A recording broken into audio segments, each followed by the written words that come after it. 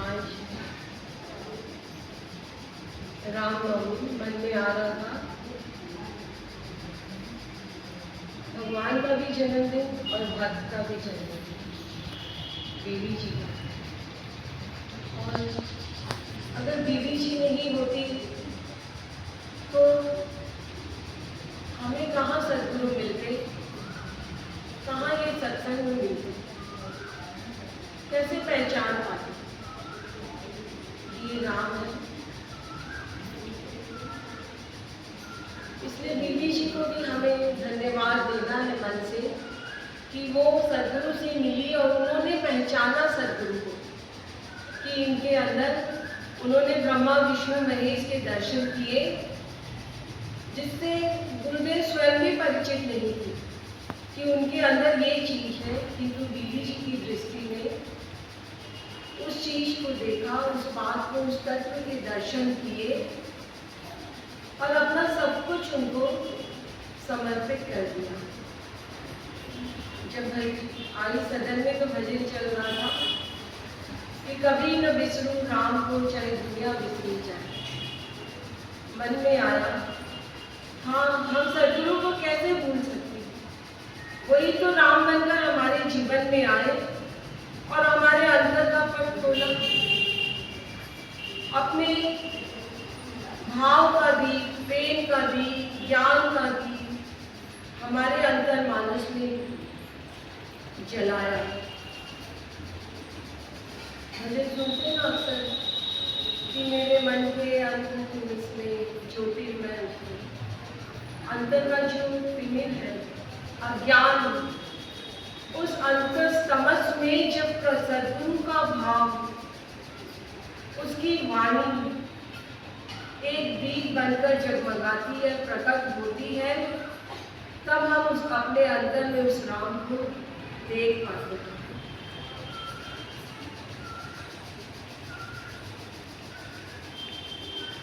वाणी पड़ी थी, मन या रम, मन बाबा के लिए कि अमल हो जाए, रम राम में कि फिर वनवास न करना हो। मन और रम को याद आया कि रमना है प्रभु के नाम, कैसे रमे, तो याद आया कि रत्नाकर तो डाकू थे और उल्टा नाम जप करते करते ही इतने रम गए प्रभु के नाम में कि मर गए, अपने आप को, अपनी मैं को, अपने अस्तित्व को मिटा दिया। कहा सद्गुरु ने, वाणी ने, मन या रम, या तो अपने आप को सौंप दे, समर्पित कर दे, मैं कुछ नहीं, मन उस प्रभु के प्रेम में, प्यार में। सुन रहे थे गाड़ी में गाना बज रहा था, तू जो बोले हाँ तुम हाँ, तू जो बोले ना तुम। क्या इतना प्यार हुआ हमें सद्गुरु से, बाबा से? मन में आया कि जो संदेश बाबा हमें दे रहे हैं, सद्गुरु दे रहे हैं, बस अब तो उसकी हाँ में हाँ मिला दो। वाणी आई थी ना व्हाट्सएप में, बहुत सारी वीडियो की सुनी, काम की सुनी, अब अपने राम की भी सुनी। अब हमें अपने राम की बातें सुननी है।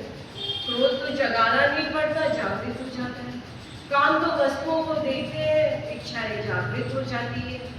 किंतु राम जो इतने समय से हमें संदेश सुना रहा है कि वो तू ही है, वो तेरे ही अंतर में है, उस राम को जगा, उस राम को तू पा।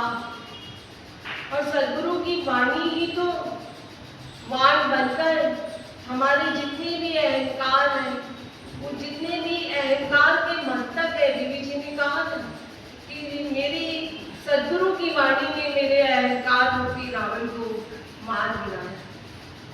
उनकी जो वाणी के तीर चलते हैं, उससे ही हमारा अहंकार, हमारा मस्तक उनके चरणों में झुक पाता है। अब सद्गुरु के शरण में जब आ गए तो ये मन विश्राम पाए और इस अंतर मन में आराम हो। वो राम जब आ जाए, वो हमारे मन में आकर आराम करे, विश्राम करे, तभी वो शांति हमारे जीवन में आएगी, जिसे पाने के लिए सद्गुरु अपने दरबार में लेकर आते हैं। कहा सद्गुरु ने कि मर बाबा के नाम पर ये अमर हो जाए। तो बाबा ने जो हमें संदेश दिया अपनी वाणियों के द्वारा, तो याद आ रही थी वाणी कि तुम अपने सौंदर्य को प्राप्त करो, ज्ञान रूपी आभूषण हो, त्याग रूपी वस्त्र हो, प्रेम से भरा जीवन हो, प्रेमा भक्ति हो, नैनों में प्रभु का प्रेम हो। तो ये सब चीजें जब जीवन में आ जाएगी, इनको हम अपने जीवन में उसकी कृपा से ले पाएंगे, तभी तो उसके प्यार में अपने आप को खत्म कर पाएंगे, अपनी झूठी में अपने अस्तित्व को जीते जी मर जाता है भक्त, क्योंकि उसका तो कुछ भी नहीं होता, सब कुछ उसके प्रियतम का ही होता है। वो जान जाता है, किंतु हम जानते हुए भी उसको अपने जीवन में पूर्ण रूप से धारण नहीं कर पाते। और नहीं तो राम राम में, उसके नाम में, उसकी यादों में, उसकी बातों में इतना रम जाए हमारा जीवन कि प्रभु से फिर हमारा बिछोह ना हो, हमें वनवास ना मिले। मन में आया कि ये संसार वन के ही रूप में था। उपवन को तब मिला, तब बना जब सद्गुरु मिले, जब सत्संग मिली। इसीलिए तो महत्व है सत्संग का कि हम आते हैं और यहाँ भक्तों के मुंह से प्रभु की भजन, उसकी वाणी और ये सब सुनकर हमारी जितनी भी नकारात्मकता होती है, जितनी भी दुर्बलता होती है, सब यहीं गिर जाती है और हमारी सोच सकारात्मक हो जाती है, पॉजिटिव हो जाती है। और जो इतनी बड़ी बड़ी बातें हम सुनते हैं कि हम भी पूर्ण हो जाएंगे, पूर्ण में ही समा जाएंगे, वो तो उसका काम है। हमारा काम तो बस उसका भजन करना है, उसका नाम लेना है, कि हमें फिर बार बार ये मानव तन धारण न करना पड़े। जीवन में एक ऐसी लगन, एक ऐसी लौ लग जाए प्रभु नाम की, उसकी यादों से भर जाए जीवन, उसके सुमिरन में ही दिन और रात बीतता है।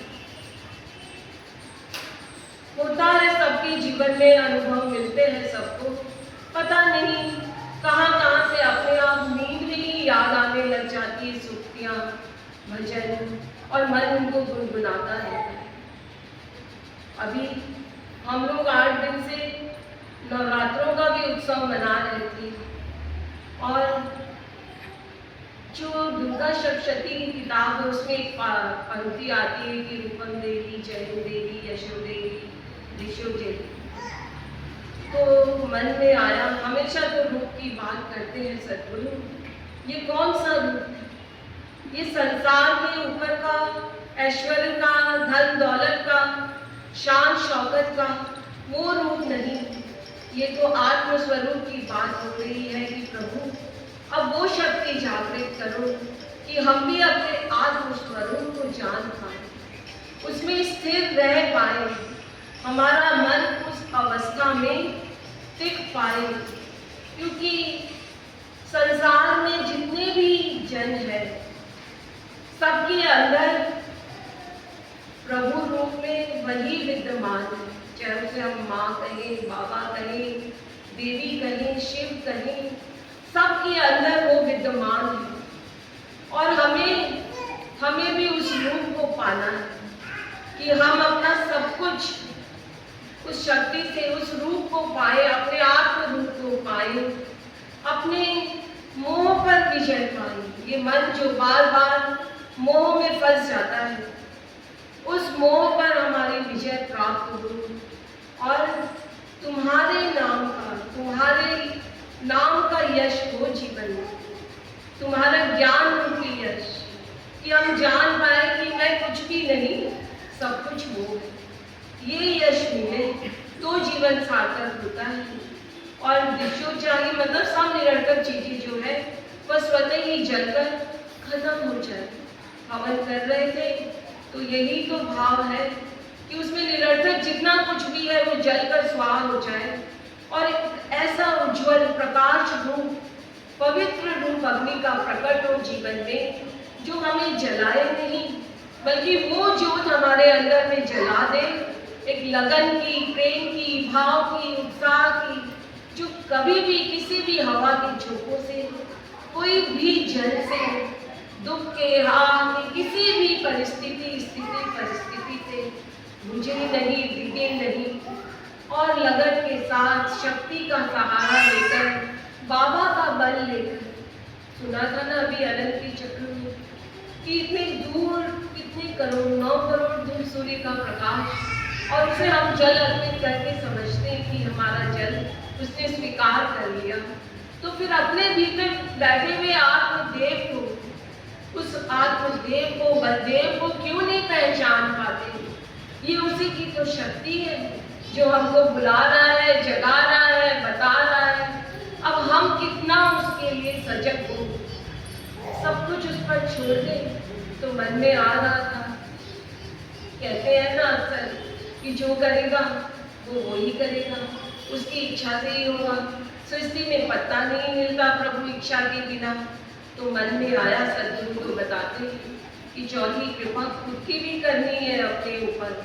जो सुन रहे हैं उसको भूलना भी है, उस राह पर चलना भी है, उस वाणी को सुनकर उस पर अपने कदम बढ़ाने हैं, उसमें अब हमें जीना है।